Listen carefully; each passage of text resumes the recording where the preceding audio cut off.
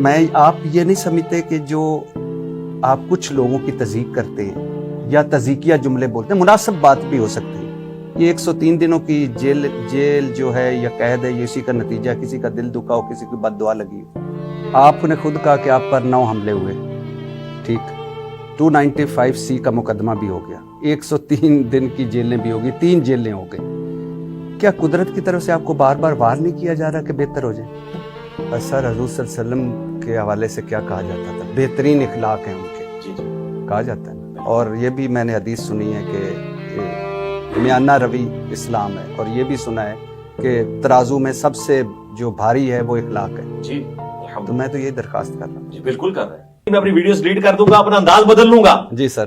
اگر نظر آتی کونسل علماء جن کو آپ سمجھتے ہیں، وہ بتائیں کہ اعلیٰ حضرت نے یہ جو وہابیوں کے خدا کو گالیاں دی ہیں، اس کی وجہ سے ان پہ یہ دفعہ لگتی ہے، اور ان کے ماننے والے جو دفاع کرتے ہیں ان پہ بھی یہ دفعہ لگتی ہے، میں ویڈیوز ڈیلیٹ کر دوں گا، اپنا انداز بدل لوں گا، بات ختم ہوگی۔ یعنی آپ نے سر میں نے قلم توڑ دیا، سارا انداز بھی بدلا ہے، سرکار بات ختم ہوگی بڑی انداز صاحب، بھی اس کے بدلا بعد ہے اب آڈینس فیصلہ کرے گی۔ میرے خیال ہے میں نے بہت بڑی بات کر دی سر۔ اور آپ کے کندھے پہ ان کروڑوں لوگوں اور ان کے مولویوں کی ذمہ داری آ گئی ہے کہ آپ نے ایک چھوٹا سا فتویٰ لینا ہے، انجینئر سے ان کی جان چھوٹ جائے گی۔ سب اس سے بڑی بیوقوفی اور کیا ہوگی کہ میں یہ بات کروں، میرے اندر کوئی نقص ہے، کوئی فالٹ ہے، کوئی ایسی بات ہے جو قرآن و حدیث کے سنت کے اگینسٹ جاتی ہے، اور میں اپنی اصلاح نہ کروں۔ میں یہ کہوں کہ فلاں بندہ جو کفر کر رہا ہے وہ کفر چھوڑ دے، فلاں بندہ جو شرک کر رہا ہے وہ شرک چھوڑ دے، تو پھر میں اپنی اصلاح کروں گا، پھر میں قرآن و سنت پہ عمل کروں گا، پھر میں اپنی جو ہے نا غلطی کی درستگی کروں گا۔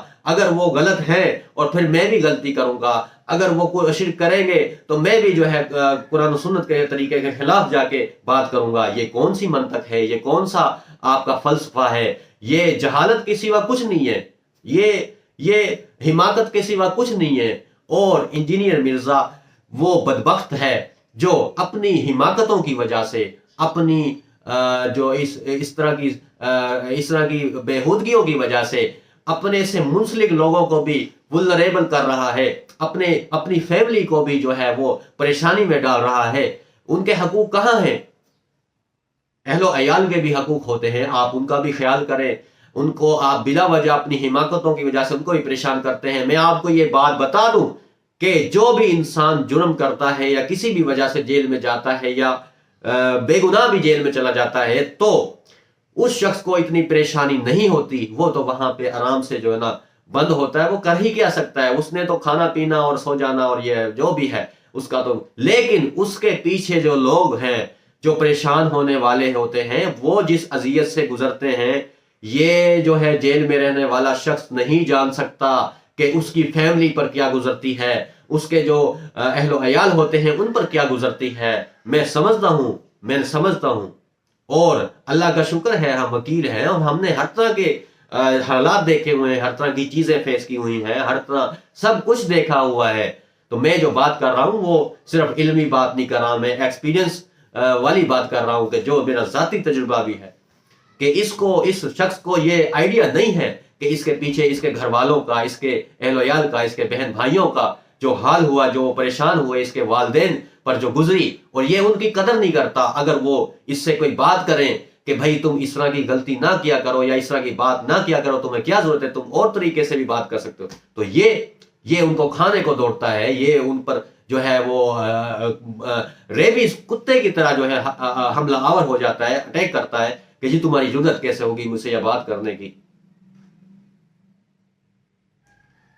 جو انسان دیکھیں، اللہ کے نبی صلی اللہ علیہ وسلم نے فرمایا کہ سب سے بہترین انسان وہ ہے جو اپنے گھر والوں کے ساتھ اچھا ہے، حسن اخلاق اختیار کرتا ہے اور ان سے اچھے طریقے سے پیش آتا ہے، کیونکہ انسان پر سب سے زیادہ اور سب سے پہلا حق جو ہے اس کے گھر والوں پر ہوتا ہے، گھر والوں کے لیے ہوتا ہے۔ اگر کوئی انسان اپنے گھر والوں کے لیے برا ثابت ہوتا ہے، گھر والوں کے حقوق کی ادائیگی میں کوتاہی کرتا ہے، تو وہ انسان کبھی بھی کامیاب اور ایک بہترین انسان نہیں کہلا سکتا۔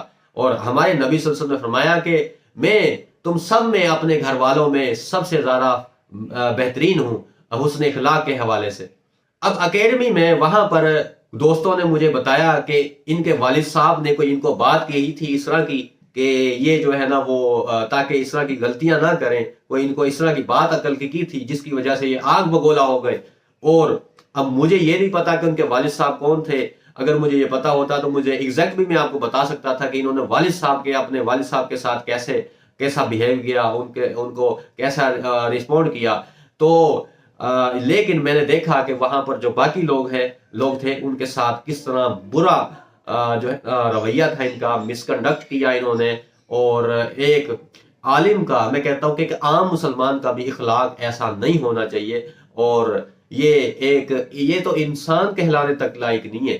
جس طرح کی اس کی حرکتیں ہیں اور جس طرح کا بچگانا ہے، جس طرح سے یہ ایک ناراض ہو کر جس طرح سے اس نے دوڑ لگا دی اپنے حجرے کی طرف اور بھاگ گیا، نہ اس نے آؤ دیکھا نہ تاؤ دیکھا. اور ہاں، آئی واز شاکڈ. اور میں وہاں پر سوچنے پر مجبور ہو گیا. اس کے بعد جب میں سارے راستے میں واپسی آ رہا تھا تو میں نے اس کی ساری جو دن میں جو ساری اس نے باتیں کی تھی، جو حرکتیں کی تھیں، میں نے سارا وہ ریپلے کیا اپنے مائنڈ میں. پھر مجھے خیال آیا کہ یار یہ تو بندہ اس طرح قرآن و سنت کی خلاف ورزیاں کر رہا ہے، قرآن و حدیث کے اگینسٹ اس کے قول و فعل ہے.